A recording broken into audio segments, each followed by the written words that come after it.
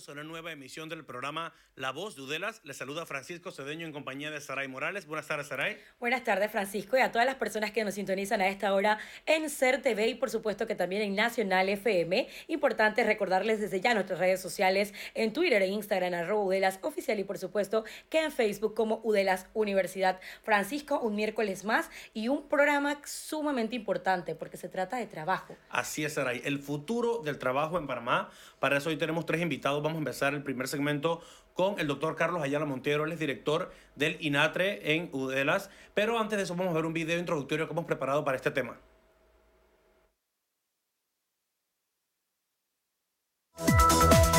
Promover el trabajo decente para todos fue uno de los compromisos adquiridos por Panamá ante la Organización de las Naciones Unidas en los Objetivos del Desarrollo Sostenible.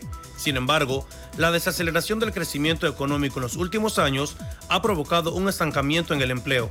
La Udelas y su Instituto de Estudios del Trabajo han desarrollado un informe sobre la situación del trabajo en Panamá, donde se recogen los principales aspectos de este sector, destacando sus logros, debilidades y los retos que se plantean.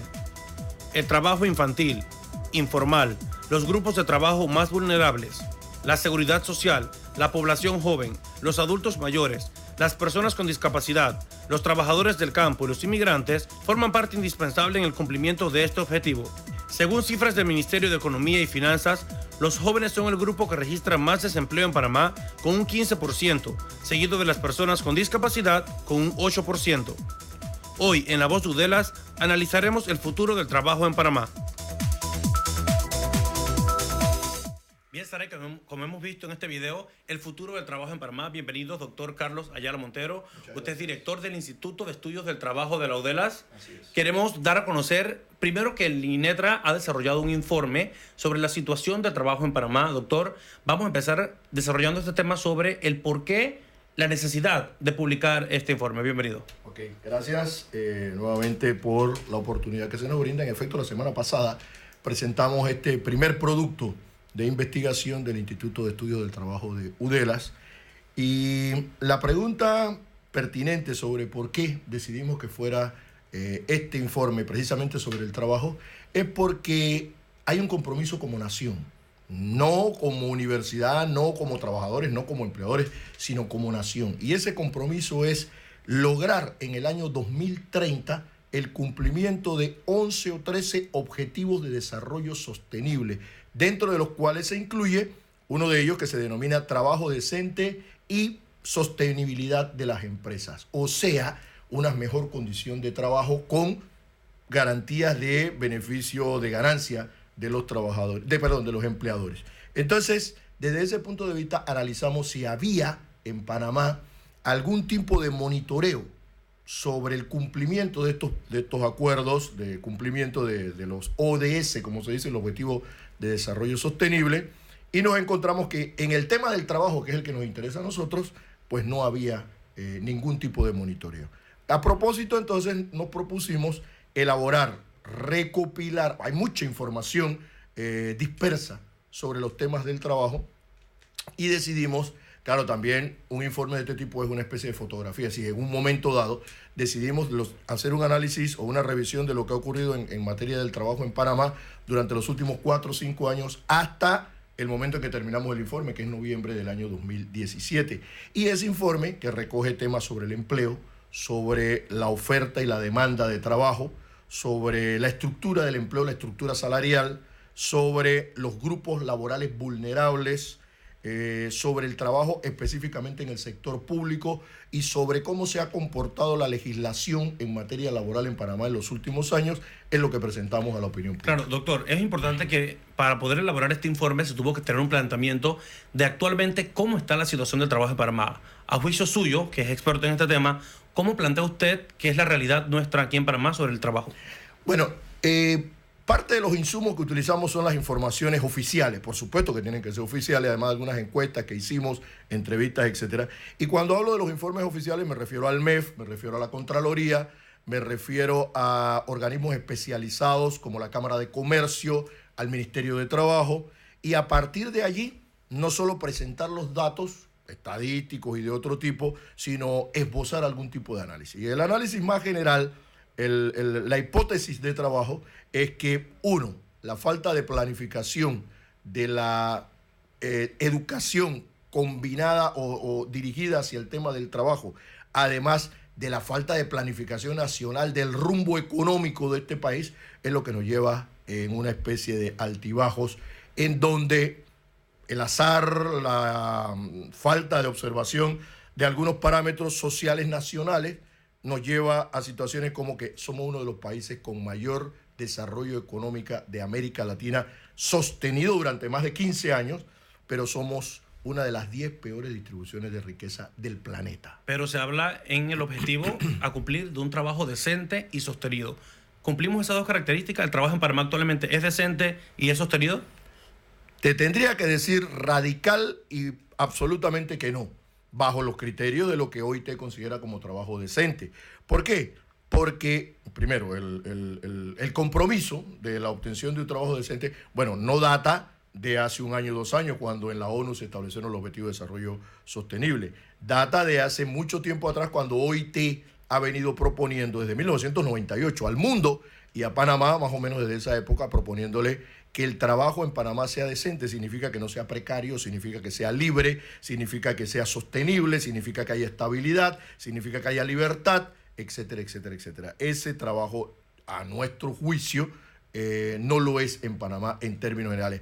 Hay diferenciaciones según el tipo de actividad, según el tamaño de la empresa, según la preparación de los trabajadores, según el sector de la economía en el que se desarrollen. Por ejemplo, yo te puedo decir, en el sector terciario de la economía, un resultado que no es nuevo, que todos lo sabemos, pero que ahora lo compilamos en uno solo, es que el 80% del Producto Interno Bruto de Panamá surge del sector servicio y del sector comercio.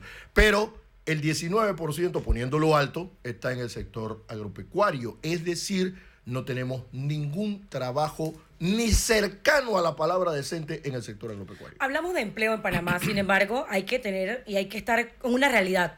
Los jóvenes actualmente, en su mayoría, salen de las universidades y se les pide una experiencia para poder darle un trabajo de 5, 3 años, una persona que está recién graduada. Bueno, el informe resulta interesante porque refleja realidades contradictorias que obligan, a nuestro juicio, a que la sociedad empiece a discutir estos temas que te voy a plantear de cara a cumplir con los objetivos de desarrollo sostenible. ¿Qué ocurre? Es cierto, medido, más del 15% de los jóvenes panameños, las personas que están entre 18 y 25 años, no tienen trabajo o no tienen trabajo estable. Y cuando van a buscar trabajo, en efecto, le dicen experiencia. Entonces, no tienen experiencia. Pero en el otro extremo de la realidad social, al trabajador con 50 y tantos años, se le dice, tú tienes demasiada experiencia, pero estás muy viejo para trabajar. Por lo tanto, tienes que retirarte. Entonces, como sociedad, al final parece que no nos ponemos de acuerdo. ¿Queremos la experiencia o queremos la juventud? Y a los dos sectores los excluimos de la producción. Pero ¿no sería esto entonces un poco frustrante para ese joven que se ha venido capacitando durante años, pero al final, cuando vas al mercado laboral, no está esa oportunidad?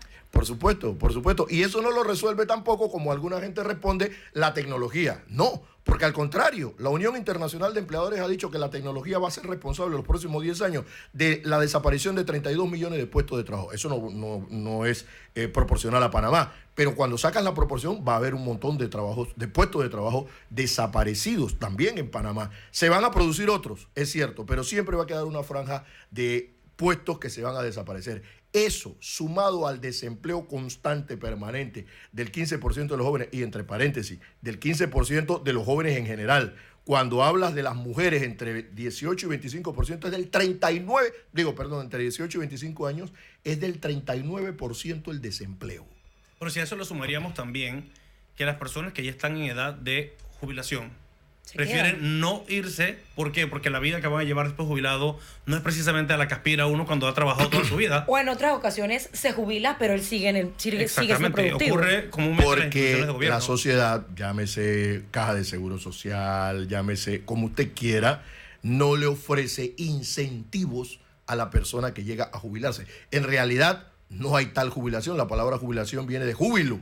Te alegras de haber terminado tu vida productiva y ahora vas a vivir de lo que has podido producir precisamente, de tipo individual. Sin embargo, eso no ocurre en Panamá, donde la pensión mínima para aquel que ha ganado salario mínimo toda su vida es de $185. Y eso, no alcanza para una canasta básica alimenticia. Claro, eso no es la situación de todos los pensionados, pero promedia a los pensionados en $600, pues. Pongámoslo igual al salario mínimo legal. Resulta que después de haber trabajado ganando $800, $1,000, te vas a quedar con $600 para el resto de tu vida y el costo de vida va a seguir subiendo. Entonces el trabajador dice, me quedo trabajando. Y sobre todo si el trabajador a esa edad, 60 años, todavía se siente pleno y capaz Además, de cumplir todas sus funciones. No solo se siente subjetivamente pleno, sino la medición científica de la longevidad en Panamá llega a los 80 años. 78 para las mujeres, 78 para los hombres, 80 para las mujeres. Entonces, ¿cómo tú le puedes decir a una persona que tiene una expectativa de vida de 80 años,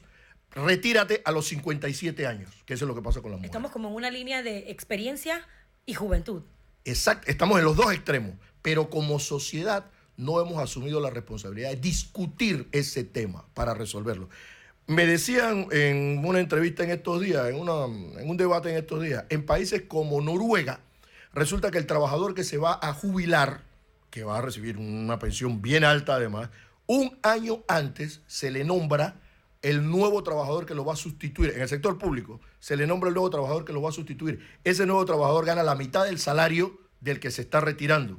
O sea, los dos ganan. Y un año después, el que sale de la producción se retira con una pensión altísima, ¿no? Y el nuevo tiene seguro su puesto de trabajo. Son temas que tienen que ver con el gran problema que tenemos en Panamá y que lo vuelvo a repetir y lo dije hace un momento. Se llama en dos palabras distribución de la riqueza. ¿Y qué se está haciendo para eso? Bueno, este informe, nosotros en UDELAS, en el instituto, estamos tratando de tocar la puerta, de llamar la atención sobre estas realidades en esta ocasión a través de este informe. ¿Quiénes tienen que tomar decisión? Las autoridades, los empleadores, los trabajadores y por supuesto la academia. Nosotros tenemos que explicarle a nuestros jóvenes, esta es la realidad del mercado al que te vas a enfrentar.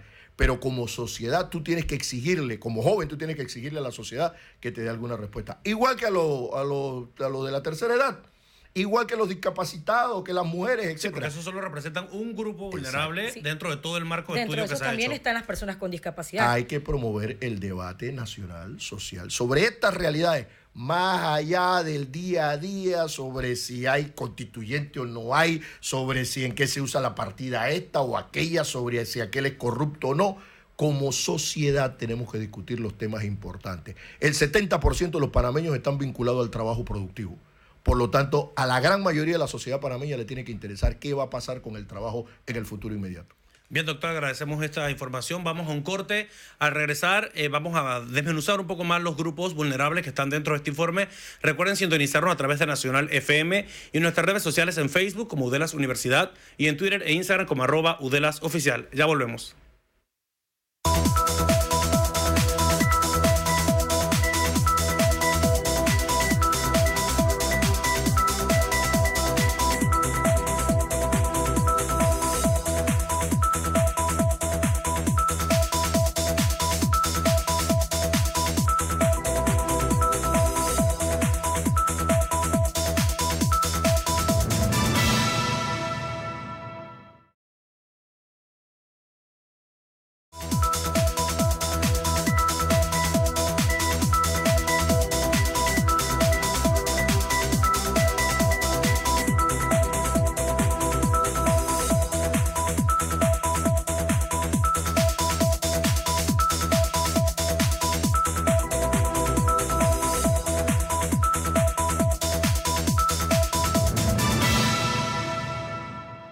Bien, estamos de vuelta con más de La Voz de Udelas. Gracias por sintonizarnos en nuestras redes sociales, en Facebook como Udelas Universidad y en Twitter e Instagram como @UdelasOficial.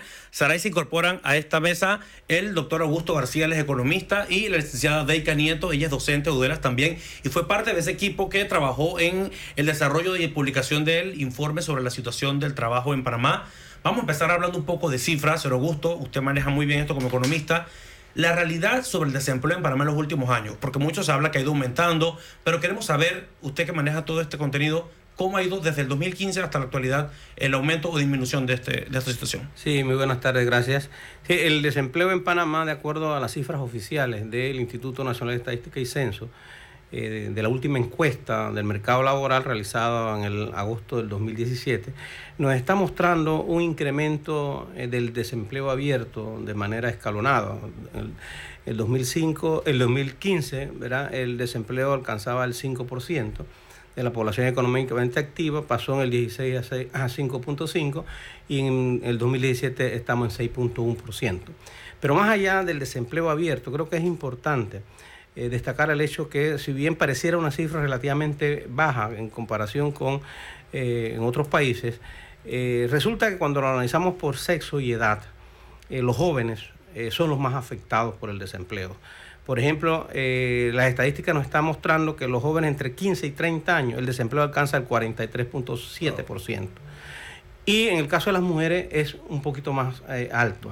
De manera que, si bien pareciera que no hay problema de empleo en Panamá, sí está afectando a grupos muy específicos que hacen relación con la actividad que realizan los jóvenes, y sobre todo los jóvenes que se incorporan al mercado laboral. Precisamente en el bloque anterior analizábamos un poco la situación de los jóvenes y de los adultos mayores. Si lo fuéramos desmenuzando un poco en esa parte con Deika, otro grupo, iríamos a si este aumento del desempleo en Panamá afecta entonces el hecho de que veamos niños en la calle trabajando de manera informal. ¿Cómo afectaría directamente esto? Bueno, definitivamente el informe lo que ayuda es a identificar esos grupos que tienen necesidades especiales. Identifica a los menores de edad, entre los cuales se encuentran los niños que realizan trabajos y que definitivamente se dan en condiciones precarias y condiciones que no deberían realizar los niños este trabajo. El informe evidencia que además estos niños no cobran o no reciben devengan un salario que ni siquiera es el mínimo. En cuanto a los adultos mayores también, el problema es que al momento de desvincularse o salir de un trabajo, es muy difícil que se vuelvan a reinsertar en el trabajo. Entonces, afecta significativamente su desempeño. Otros grupos vulnerables también son las personas con discapacidad, las personas migrantes y también los trabajadores del campo, que se ven afectados notablemente con la informalidad que se da en este tipo de trabajos. Aquí, doctor Carlos, el tema de la distribución de la riqueza nuevamente es el factor constante, residente en cada uno de estos efectos que se están desarrollando en el trabajo. Exacto. El tema es que históricamente, decíamos, Panamá ha tenido un desarrollo económico sostenido, un crecimiento, económico importante en América Latina, pero no ha bajado de los principales puestos de peor forma de distribución de la riqueza en el mundo, ni siquiera en la región, en el mundo. En la región estamos como dentro de los 5 primeros. En el mundo estamos dentro de las 10 peores formas de distribución de la riqueza. Entonces, tú te preguntas, bueno, ¿y qué significa esto de que haya crecimiento, pero que no haya distribución de la riqueza? Bueno, significa más allá de las estadísticas, más allá de los temas de carácter estrictamente económico, significa una conducta y una condición conceptual, cultural, de que se trata de obtener, en el caso del trabajo, la mayor ganancia posible con la menor inversión posible, en la que se incluye en la inversión el costo de la mano de obra, el costo del salario, el costo del trabajo. Y en esa conclusión, la mayor parte de las personas que están en el trabajo, que son los trabajadores, reciben menos beneficios que la gente que invierte en los trabajos. Podríamos hablar ahí entonces también como otro factor sumado a este efecto de la mala distribución de las riquezas, la disminución en la inversión extranjera, señor Augusto. ¿Cómo ha sido esa inversión en los últimos años y puede eso desencadenar un poco el tema del desempleo en Panamá? Bueno, la inversión extranjera ha ido aumentando en los últimos años. Sin embargo, lo que tenemos que ver hacia dónde va la inversión extranjera. Va a aquellas actividades vinculadas al sector externo que generan muy poco empleo. Es decir, son densas en capital esas inversiones y hace que no se refleje entonces en el empleo. Pero a mí me gustaría tocar un tema importante sobre el tema del empleo, y es que el otro elemento importante en el mercado laboral es la informalidad. En este momento la informalidad alcanza el 40.2% de los ocupados. También ha ido en incremento la informalidad, pero no solamente la informalidad en términos generales, sino que hay un elemento que es sumamente preocupante, y es el hecho de que hay trabajadores informales, más de 100.000 trabajadores informales en empresas formales. Es decir, empresas que tienen 2 planillas, una, ¿verdad?, que cubren el seguro social, tienen contrato, y otra que no tienen eso. Entonces, ha ido incrementándose en la informalidad, no solamente en términos generales, sino también en el sector, en las empresas formales. ¿Por qué se da este fenómeno? Bueno, por distintas causas. Uno de ellos es lo que podríamos llamar la utilización de mano de obra extranjera que no tiene sus documentos regularizados. Eso es un factor. Otro, digamos, la deslealtad de algunos empresarios, porque un empresario que tenga una planilla formal y otra informal compite con otro que tiene todos sus trabajadores formales. Entonces, yo pienso que hay otro elemento y es la falta de actividad de las autoridades. Me refiero a la Caja del Seguro Social, al Ministerio de Trabajo, que tienen que verificar que esos trabajadores todos estén en la formalidad. Pero hay otro elemento que es importante analizar en el mercado de trabajo, y es el hecho de que cuando analizamos los trabajadores formales, el 100% de los informales, el 75% de los contratos que se registran por ley en el Ministerio de Trabajo anualmente son eventuales, es decir, por obra determinada o por tiempo definido. ¿Qué significa eso? Que el mercado laboral panameño se ha ido precarizando, lo que es una precarización del mercado laboral, porque ese trabajador que tiene contrato eventual no es sujeto de crédito. Exacto. No puede mejorar su calidad de vida. Al no tener esa posibilidad, es explotado financieramente, porque cuando va al banco le dicen, ok, usted no puede, no aplica para la hipoteca o para lo que va, pero váyase al lado que ahí sí lo atienden, y es la financiera. Y eso implica que le cobran 2 hasta 3 veces por ciento la tasa de interés normal. Y también le afecta el acceso a la pensión de vejez, porque de acuerdo a la ley son 240 cuotas. Pero los trabajadores en general cotizan 9 meses al año. Significa que para llegar a las 240 cuotas toma mucho más de 20 años, que es lo que tomaría un trabajador con contratos permanentes o indefinidos, como sea. Entonces observan que el mercado laboral panameño, pese a que si lo miramos desde afuera y decimos hay un 6% de desempleo, no hay problema de empleo, hay un mercado precario. Y cada vez, ¿verdad?, se agudiza esa precarización. ¿Y qué alternativas podemos plantear entonces para corregir esta irregularidad? Bien, en primer lugar, hay que hacer empleos en actividades productivas. Hay que hacer crecer la actividad, los empleos en la industria, los empleos en el sector agropecuario, ¿verdad?, y también en las actividades de servicio, pero bajo la condición de la formalidad. Entonces, eso es un aspecto que las autoridades del país históricamente han venido descuidando en cuanto a asegurar que la ley se cumpla, pero también cómo se ha ido distorsionando producto del outsourcing, por ejemplo. Las empresas, hoy día tenemos empresas multinacionales pagando salarios mínimos, con trabajadores eventuales.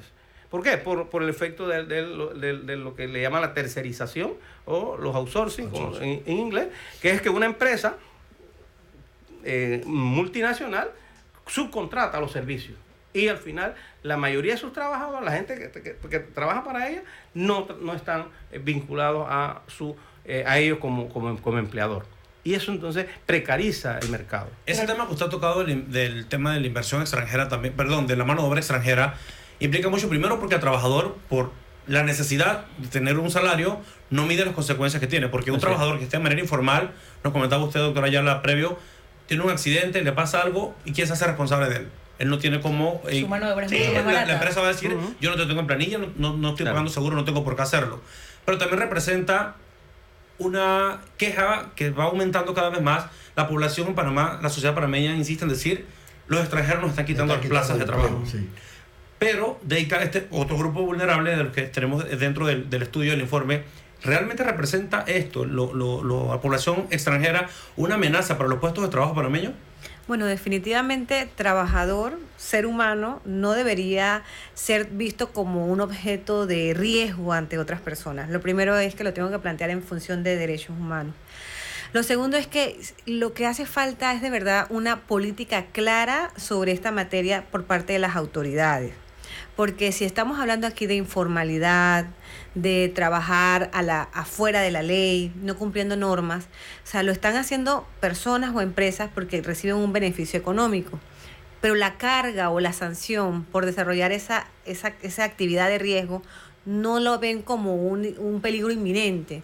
Entonces, yo no, en primer lugar, no considero que son las personas, los trabajadores el riesgo. Considero que es la falta de una real actividad y una real persecución ante actividades que son desleales, que son ilegales, pero sobre todo que permitimos que en el caso de Panamá existan actividades que rayan hasta con delitos, como es la trata de personas, como lo informa el estudio, el tema ese de quitar los pasaportes, y amenazar a los inmigrantes trabajadores cuando van a recibir alguna denuncia de: si lo haces, te voy a denunciar con las propias autoridades, que deben velar porque esas personas se les cumpla también con la formalidad. Entonces, si es un riesgo, yo creo que lo tenemos que replantear a establecer una real política estatal sobre esta materia, castigando a las empresas o a las personas que cometen estas faltas. En concreto, yo diría la respuesta es no. Los extranjeros que ocupan puestos de trabajo en Panamá no le están quitando puestos a los panameños. Yo lo digo categóricamente. ¿Por qué? Porque ningún panameño está dispuesto a trabajar con menos del salario mínimo, sin participar en la planilla de seguro social, sin ningún beneficio como vacaciones, 13º mes, etcétera. Todo lo que significa la protección del trabajo, a menos que no le quede ninguna otra opción. Y ese es el problema de por qué hay la informalidad. La informalidad abarca principalmente, no exclusivamente, pero principalmente a todos esos trabajadores migrantes que llegan con la esperanza de obtener mejores condiciones de vida. Y lo que decimos, lo que dice por ejemplo el Movimiento Sindical Internacional, llegan con una perspectiva falsa a Panamá, pensando que Panamá es la tacitadora y que hay trabajo para todo el mundo, trabajo decente, y ese trabajo no tiene nada que ver con la palabra decente.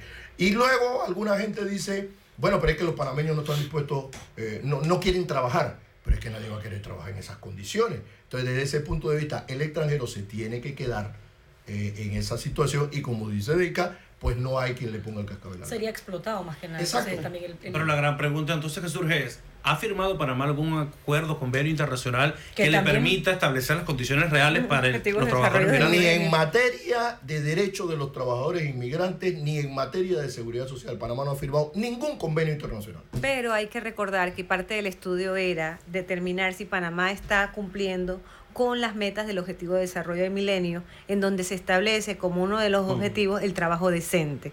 Es decir, sí debemos estar encaminados a que no solamente los extranjeros, los panameños y toda persona que desarrolle un trabajo se le cumplan las condiciones mínimas adecuadas de desarrollo de trabajo. Su seguridad social, que no tiene nada que ver con que sea extranjero o que sea panameño, porque la ley es clara. Extranjero o panameño tiene la obligación de estar vinculado a la seguridad social.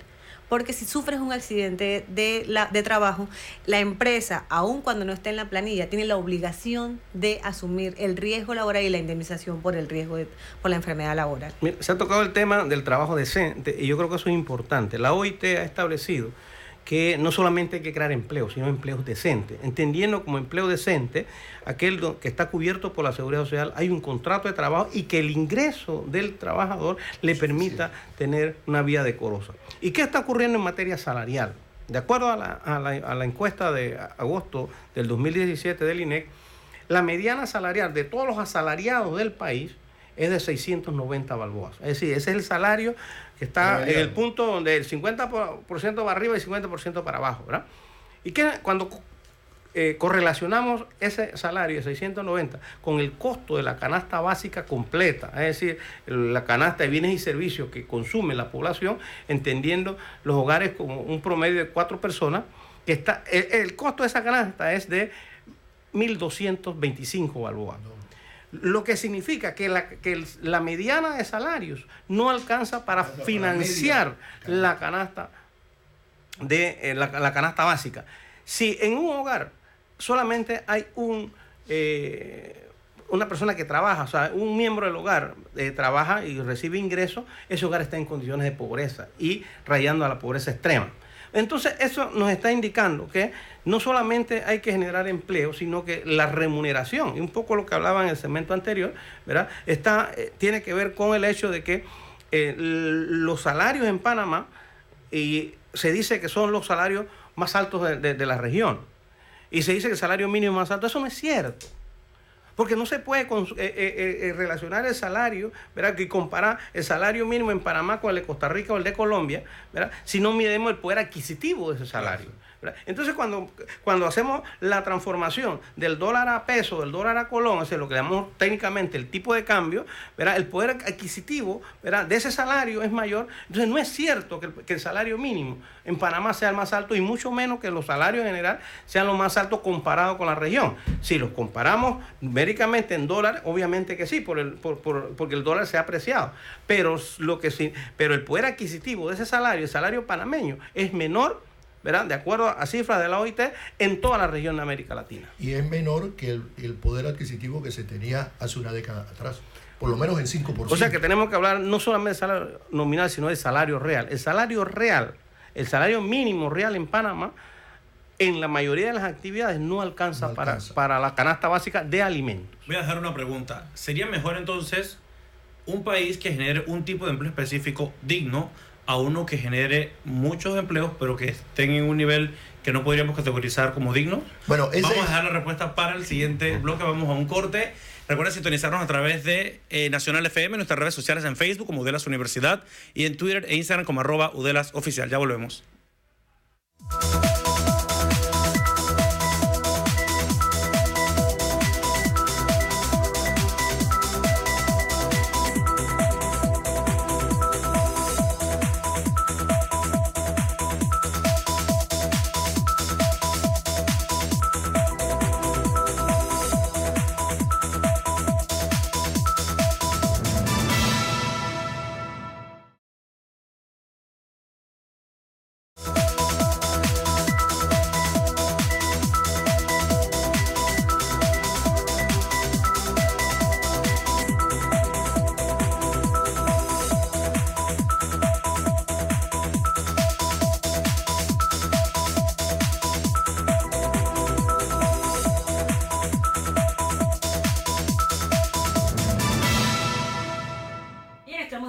Su programa La Voz de Udelas aquí en SER TV, Canal 11 y por supuesto que también en Nacional FM. Les recordamos nuestras redes sociales en Twitter e Instagram @UdelasOficial y en Facebook como Udelas Universidad. Francisco, el día de hoy hablando de un tema importante, el futuro del empleo en Panamá. Una pregunta que quedó ahí en el aire, que nuestros panelistas ya estaban... Así es, una pregunta. ¿Si era mejor para una nación generar un solo tipo de empleo digno o generar muchos empleos que no fueran categorizados como dignos? Te contesto con dos ejemplos históricos concretos. Después de la bomba atómica en Japón quedó destruido, ¿no? Japón empezó a producir en base a la industria, ¿no? Y decía, el 10 de los países desarrollados es el cero nuestro. Vamos a partir de allí y vamos a desarrollar el tema industrial. Después se fueron a la electrónica, etcétera, etcétera, etcétera. Y Suiza no tiene cacao, no tiene vacas, pero produce el mejor chocolate del mundo y produce la mejor leche del mundo y los quesos del mundo. ¿Te le gustan los quesos? Eso, ¿a dónde quiero llegar con eso? A que la decisión como sociedad, no solo de las autoridades, no solo del que gana las elecciones populares generales de la presidencia, como sociedad, de enfocar el desarrollo del país en determinada área o estructura económica, permite el mejor desarrollo. Dicho en dos palabras, algún grado de planificación de la economía capitalista. No estamos hablando del socialismo que habla de planificación, etcétera, sino de países capitalistas, plenamente capitalistas.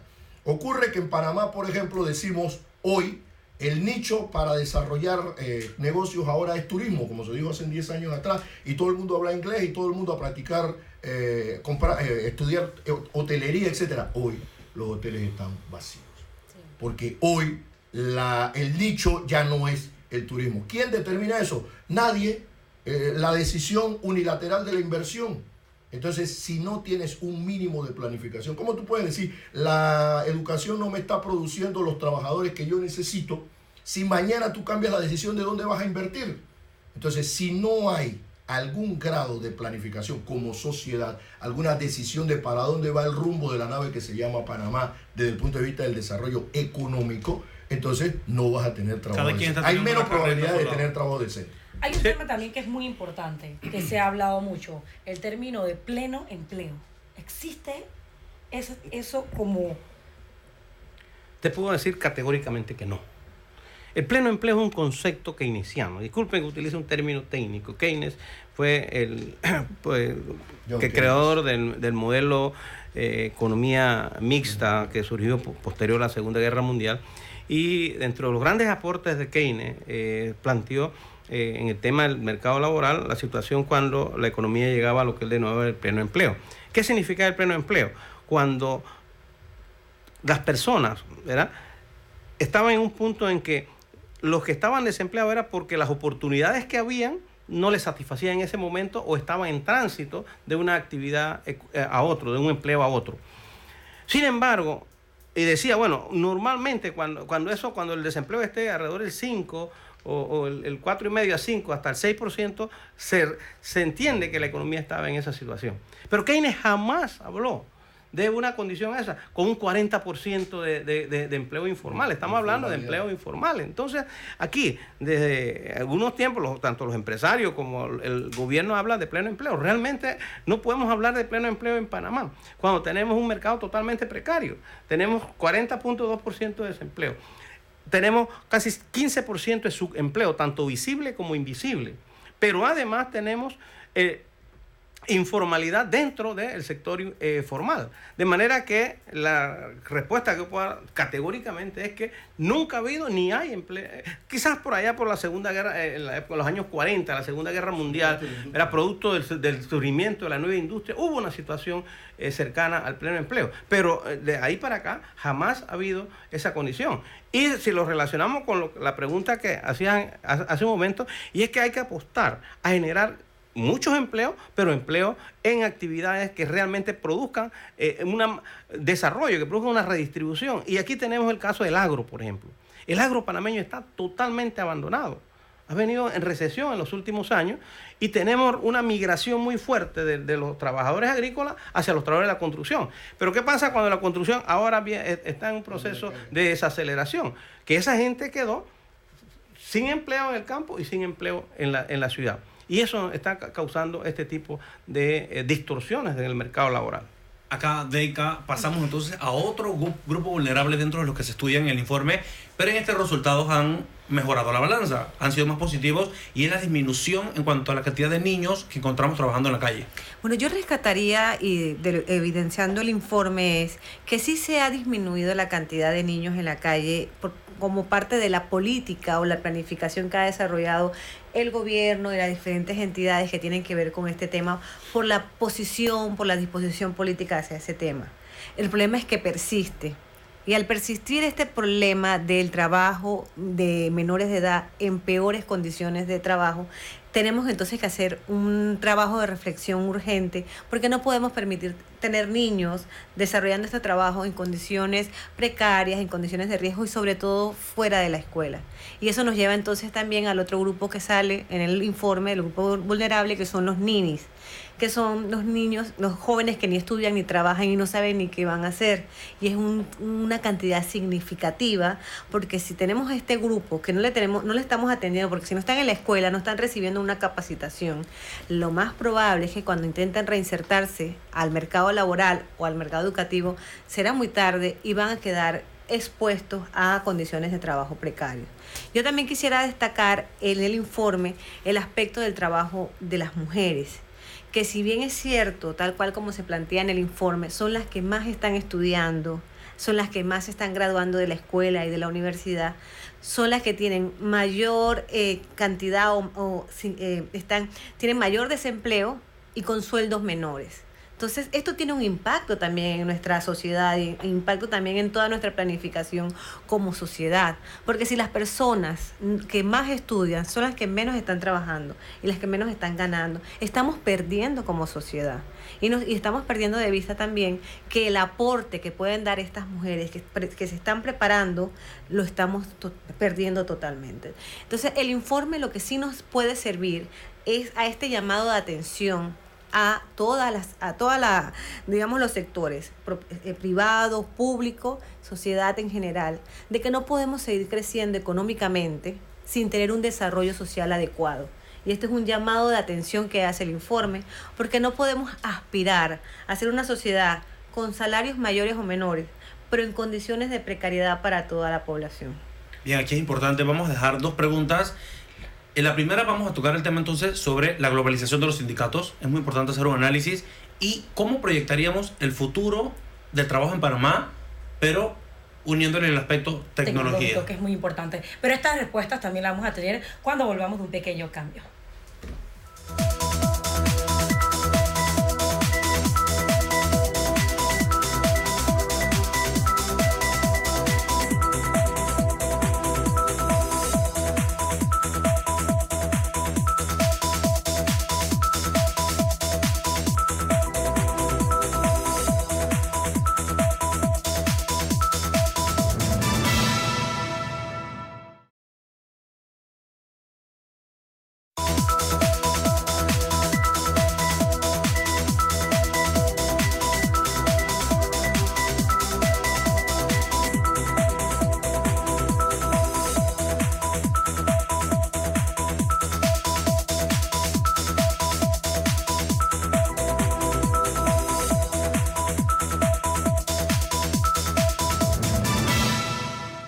Bien, estamos de vuelta con este último bloque de La Voz de Udelas. Hoy con el tema del futuro del trabajo en Panamá. Dejamos en el bloque anterior una pregunta importante.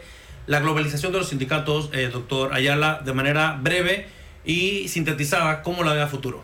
Interesante pregunta, porque los trabajadores organizados en sindicatos forman parte de esta trilogía que debe desarrollar lo que se llama trabajo decente y en consecuencia cumplir o tratar de acercarse a las metas de los objetivos de desarrollo sostenible. Yo quiero señalar que los trabajadores organizados en alguna medida han estado participando en los últimos años en las iniciativas gubernamentales para paliar, porque esa es la palabra exacta, paliar algunas de las realidades que describe el proyecto y que el informe y que hoy hemos mencionado aquí. Sin embargo, esas medidas o esas políticas no han sido monitoreadas y no se han medido sus consecuencias, o sea, sus resultados. Y las autoridades del IFARU, del Ministerio de Trabajo, de INADE, de AMPIME, etcétera, debieran, con la participación de las organizaciones sindicales, medir los resultados para caminarlo mejor hacia los objetivos de la Agenda 2030 de ONU. Los sindicatos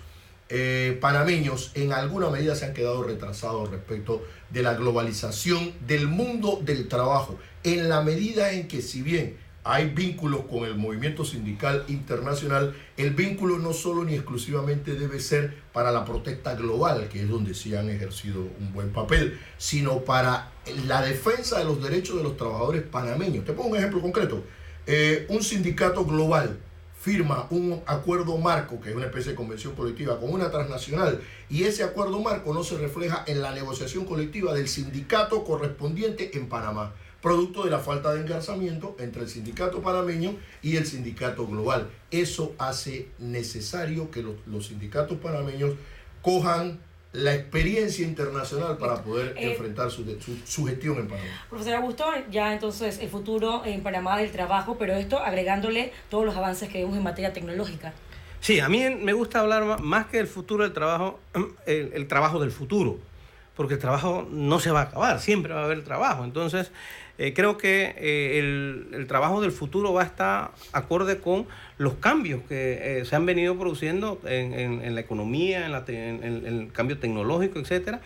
Y se requiere entonces que no solamente se produzca una adaptación a esos cambios por parte de los trabajadores, sino también de las empresas. Es decir, no va a desaparecer la relación obrero-patronal existente en este momento, ni tampoco se va a producir un apagón de la noche a la mañana de lo que es nuestra propia estructura económica y laboral. Entonces, yo veo el trabajo del futuro, ¿verdad?, dentro del marco de las normas laborales, dentro del marco de lo que es la relación empleador-trabajador y sobre todo en el marco de un trabajo decente. Y finalmente yo quisiera decir algo. Hace un momento se habló de el trabajo de la situación de los jóvenes. Cuando hablamos del desempleo en los jóvenes, y es un tema que hay que atender en el futuro, ¿verdad? Y es que si miramos el desempleo de los jóvenes de 15 a 18 años, es del 15%. Y la deserción escolar de la escuela media, que son los jóvenes que están dentro de esa edad, es del 80%. Pero del 20%. ¿Qué significa? Que esos jóvenes ni están en la escuela ni están trabajando. ¿Dónde están? Y entonces creo que aparte de este ejercicio que el informe presenta, tenemos que pensar también como sociedad que esos jóvenes que no están trabajando, pero tampoco están en la escuela, en algún lugar están y a lo mejor no haciendo actividades más productivas. Entonces yo creo que tenemos que hablar del trabajo en el futuro y no del futuro del trabajo, porque realmente pareciera que si hablamos del futuro del trabajo que tiene un limitante, puede desaparecer, y realmente no va a desaparecer. Bien, Deika, un aspecto importante hablando de esta sociedad del futuro es que podría ser desarrollarse trabajos que las personas podrían hacerlo desde su casa. Como mujer joven, ¿cuáles serían esos requisitos que ves en esos futuros aspirantes a los trabajos que puedan desarrollarse con la aplicación de la tecnología en el futuro? Bueno, ya tenemos la tecnología, los jóvenes y los adultos ya estamos muy familiarizados con la tecnología. Lo único que sí tenemos que tener claro es hacia dónde encontrar ese tipo de trabajos y realizarlo. Y nos tocará entonces como sociedad y sobre todo a las autoridades determinar cuáles van a ser las condiciones que se le van a dar a estos trabajadores para que no sigamos fomentando informalidades y cómo vamos a atender a estas personas que estarán fuera de la seguridad social. Yo quisiera dirigir un poco a la proyección que va a tener este informe. Primero, de verdad que agradecer a UDELAS esta oportunidad de desarrollar un informe que es un insumo académico a un problema real, un problema que se tiene como sociedad y que las autoridades enfrentan de diferentes maneras, y teniendo un documento como ese le permite de repente orientar acciones, priorizarlas. En el caso de este informe se trataron poblaciones específicas, pero por ejemplo una de las preguntas que ustedes están realizando es cómo nos vamos a adaptar a las nuevas tecnologías. Van a desaparecer trabajos, pero se van a crear nuevos trabajos. De ahí se podría originar una política específica o una acción concreta. De igual manera, en el siguiente informe se podrían tratar grupos o poblaciones que también tenemos que identificar cómo les está afectando el trabajo. La población afrodescendiente, las otras poblaciones que también tienen algún nivel de afectación y que no las visibilizamos. Y como lo que menos queremos es más conflictividad social, necesitamos darle condiciones de vida adecuadas a la población. Bien, son Definitivo, retos. Que un tema quedaría para otro programa, Sí, Francisco. retos que le quedan a los directores y a todo el equipo que trabaja junto con el INETRA en UDELAS para seguir acumulando más aspectos, grupos vulnerables en el próximo informe que desarrollen. Gracias por acompañarnos por tan interesante tema, Saraya, los panelistas. Será hasta el siguiente miércoles con otro programa de La Voz de UDELAS.